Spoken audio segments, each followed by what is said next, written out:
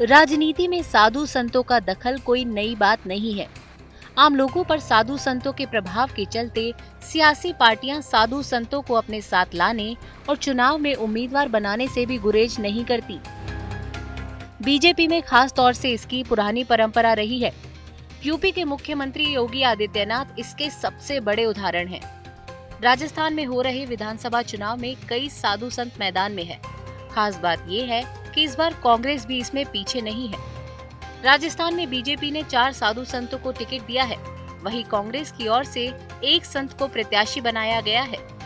एक संत की पुत्रवधू भी कांग्रेस के टिकट पर चुनावी मैदान में है। ताज्जुब ये है कि इनमें से अधिकांश साधु संतों के पास करोड़ों की संपत्ति है। जैसलमेर की पोकरण विधानसभा सीट से प्रतापपुरी जी महाराज बीजेपी के प्रत्याशी हैं।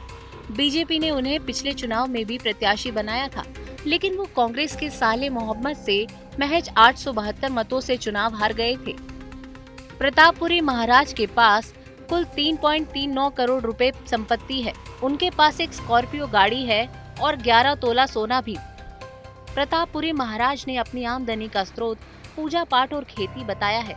पोकरण सीट पर प्रतापपुरी महाराज का मुकाबला कांग्रेस के साले मोहम्मद से है, जो सिंधी मुस्लिम समुदाय के धर्मगुरु हैं। साले मोहम्मद फिलहाल इसी सीट से विधायक और गहलोत कैबिनेट में मंत्री हैं। उनके पास कुल 2 करोड़ 37 लाख रुपए की संपत्ति है। बीजेपी ने अलवर की तिजारा विधानसभा सीट से बाबा बालकनाथ को प्रत्याशी घोषित किया है। बाबा बालकनाथ नाथ संप्रदाय के महंत हैं। वो हरियाणा के रोहतक में स्थित मस्तनाथ मठ के मुख्य महंत हैं।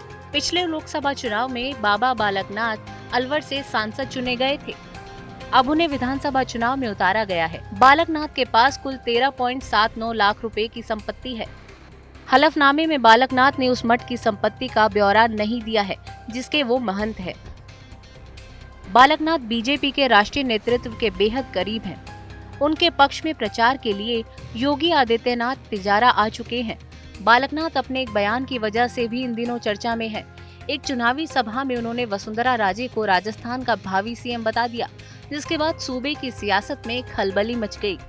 मैं सबसे पहले तो क्षमा प्रार्थी हूँ कि मुझे आने में विलम्ब हुआ और हमारी राजस्थान की पूर्व और आने वाले भविष्य की मुख्यमंत्री आदरणीय हमारी वसुंधरा राजे जी का स्वागत सत्कार करने का मुझे थोड़ा आने में विलम्ब हुआ है।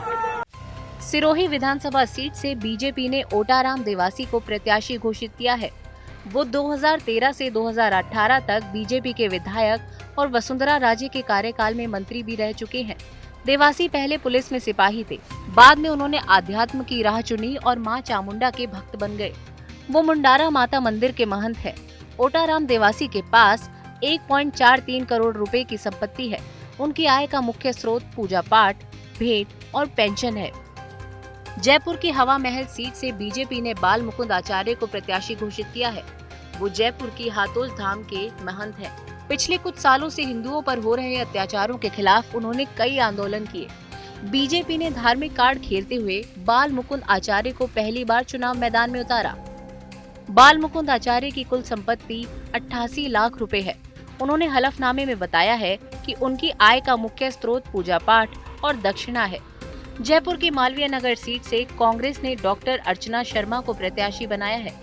अर्चना शर्मा श्री राम जन्मभूमि आंदोलन में अग्रणी रहे संत धर्मेंद्र आचार्य की पुत्रवधू हैं। जयपुर के विराटनगर में उनका मठ है। आचार्य धर्म के निधन के बाद उनके पुत्र सोमेंद्र शर्मा उत्तराधिकारी बने हैं। सोमेंद्र शर्मा कांग्रेस प्रत्याशी डॉक्टर अर्चना शर्मा के पति हैं। डॉक्टर शर्मा 2 बार चुनाव हार चुकी हैं। कांग्रेस ने उन्हें फिर से मौका दिया है। मालवीय नगर सीट पर कांग्रेस के बीते 2 दशक से जीत नहीं मिली, लेकिन अर्चना शर्मा का दावा है कि वो इस बार इस रिवाज को बदल देंगी। बिल्कुल सही फरमाया आपने। ये परंपरागत रूप से मेरी जो विपरीत विचारधारा की पार्टी है उसके प्रति आकर्षित रहने वाली सीट है। और 2 दशक क्या यूं कह सकते कि बस एक बार ही ऐसा अवसर आया था जब चंद मतों से हमारे विधायक बने थे। लेकिन मैं समझती हूँ कि इस बार पूरी की पूरी जो रवायत है वो बदली हुई मिलेगी आपको, क्योंकि पिछला जो चुनाव था उस चुनाव में आपने देखा कि 1% से भी कम वोटों के अंतर से मेरी हार हुई थी। उस हार को मैं मानती हूँ कि कहीं ना कोई कुछ मैनेजमेंट की प्रॉब्लम हुई, अन्यथा जनता मेरे साथ खड़ी थी। इस बार हमने सरकार बनने के बाद बहुत सारी ऐसी व्यवस्थाएं की हैं, यहाँ पर जनता को एक तरह से संतुष्ट किया है विकास का काम करवा के। मुझे लगता है सब कुछ परिवर्तित होगा और जनता मेरे साथ खड़ी रहेगी। राजस्थान में इस बार बीजेपी और कांग्रेस के बीच मुकाबला बेहद करीबी है। खास बात ये है कि बीजेपी के हार्डकोर हिंदुत्व से मुकाबले के लिए कांग्रेस भी सॉफ्ट हिंदुत्व के रास्ते पर चल पड़ी है। कांग्रेस नेता मंदिरों के चक्कर लगा रहे हैं। अब देखना ये है कि चुनाव में उसे इसका कितना फायदा मिल पाता है। चुनाव आज तक।